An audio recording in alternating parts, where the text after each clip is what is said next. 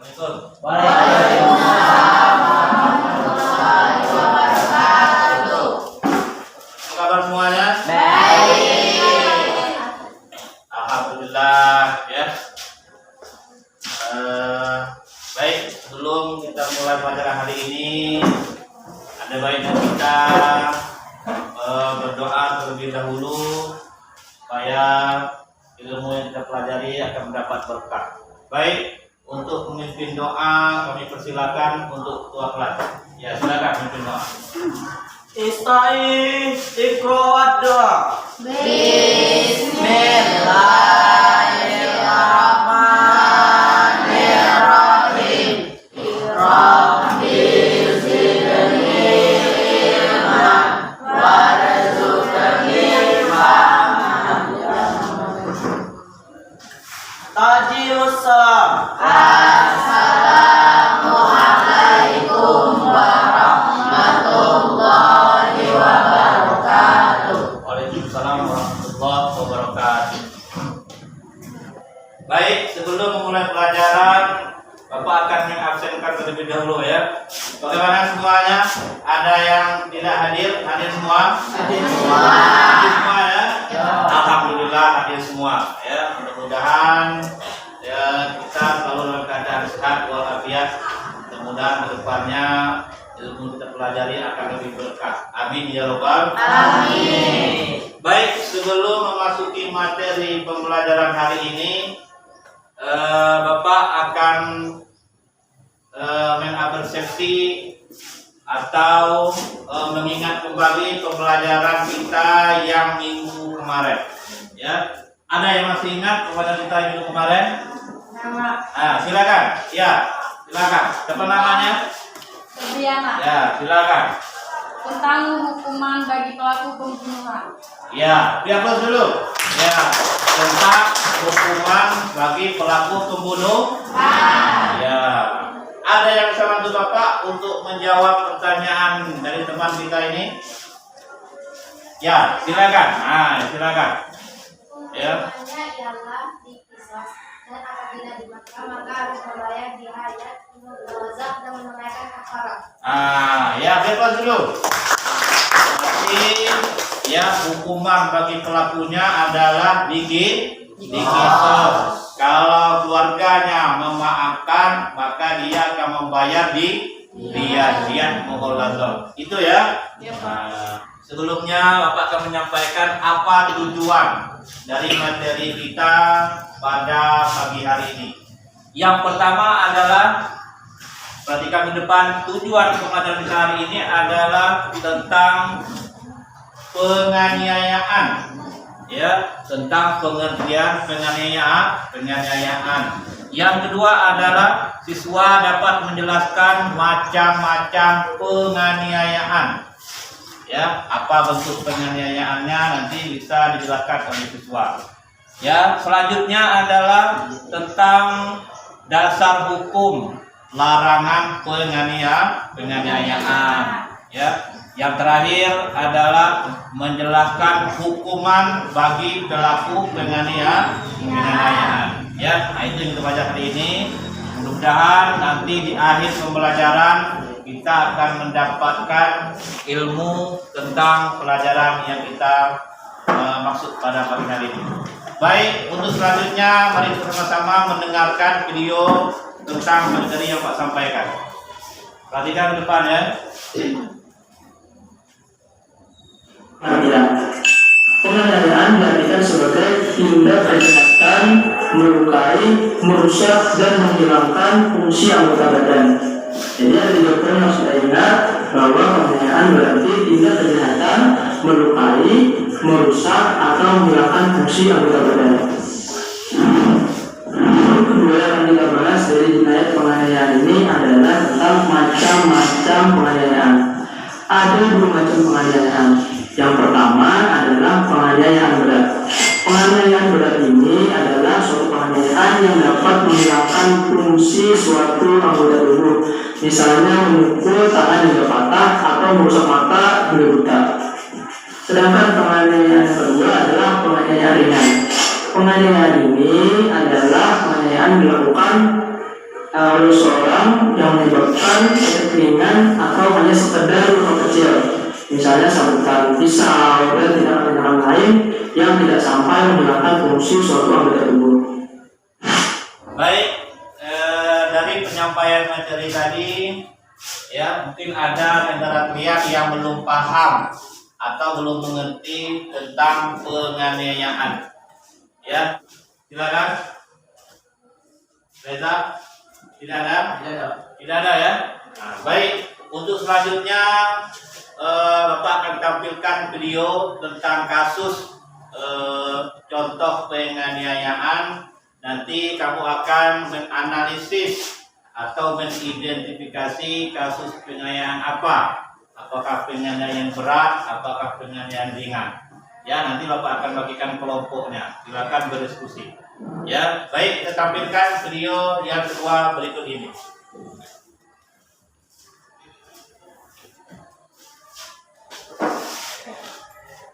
Di Kompas Malam, saya Cynthia Rompas. Saudara putra anggota Dewan Perwakilan Rakyat dari PDI Perjuangan Indah Kurniawati, Justin Frederick menjadi korban penganiayaan di ruas tol dalam kota. Kasus penganiayaan ini telah dilaporkan ke Polda Metro Jaya. Dalam video yang direkam seorang pengendara lain menunjukkan saat seorang pria dianiaya oleh pengendara lainnya di bahu ruas jalan tol dalam kota. Aksi penganiayaan ini terjadi saat kondisi lalu lintas di jalan tol padat. Korban penganiayaan diketahui merupakan Justin Frederick yang merupakan putra dari anggota DPR fraksi PDIP Indah Kurniawati.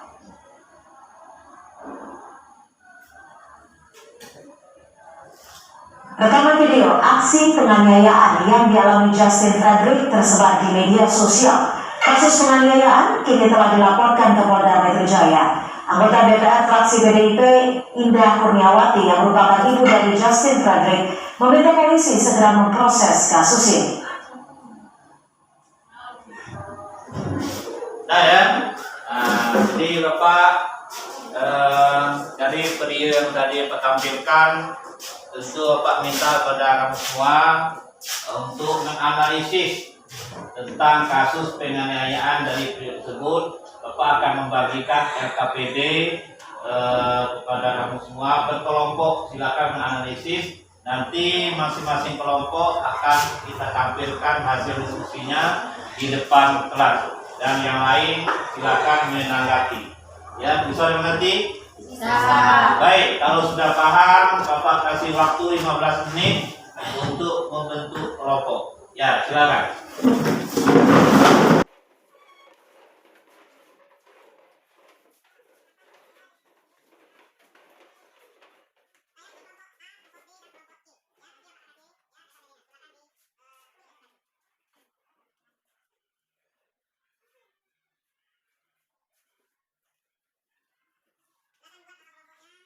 Ya, dan dibaca soal atau identifikasi perintah dari LKPD. Silakan, Bapak kasih waktu 15 menit.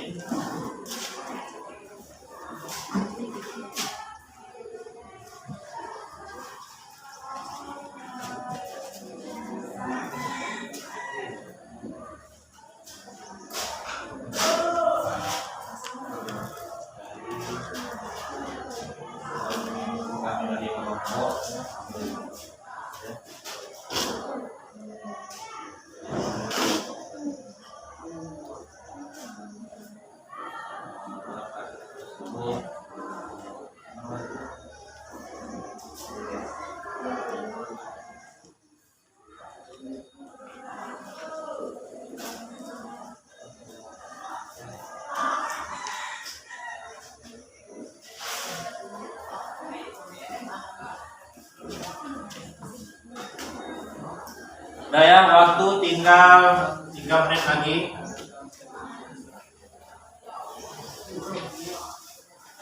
Sudah semua? Kalau sudah semua, silakan kembali ke tempat seperti semula.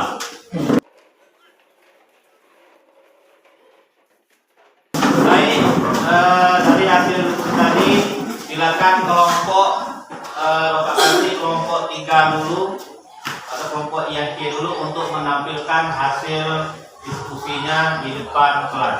Ya, silakan.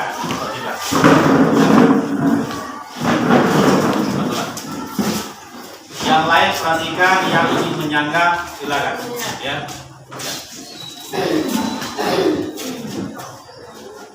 Assalamualaikum warahmatullahi wabarakatuh. Waalaikumsalam warahmatullahi wabarakatuh.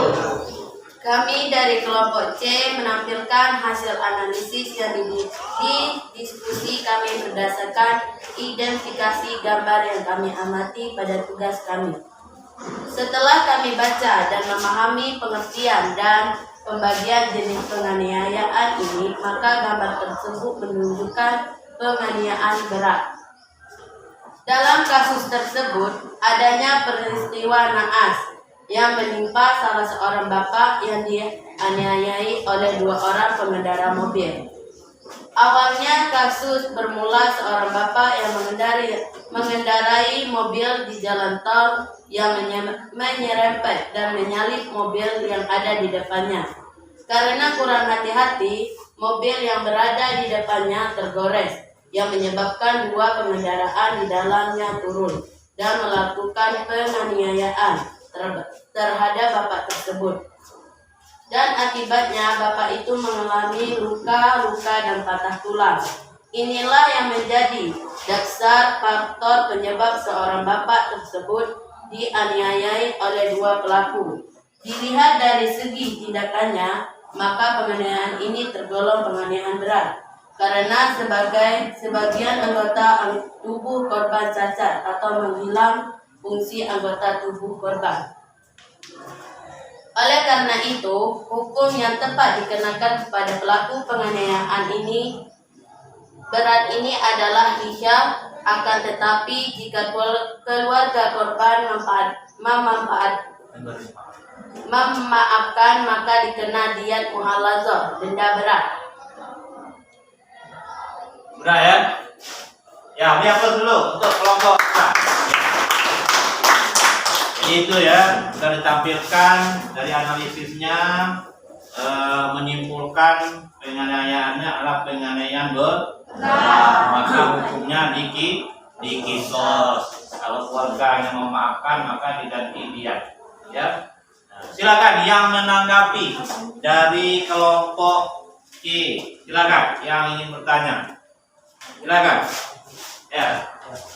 Sebut namanya, angkat tangan. Silakan. Ya, silakan. Ilham, Pak.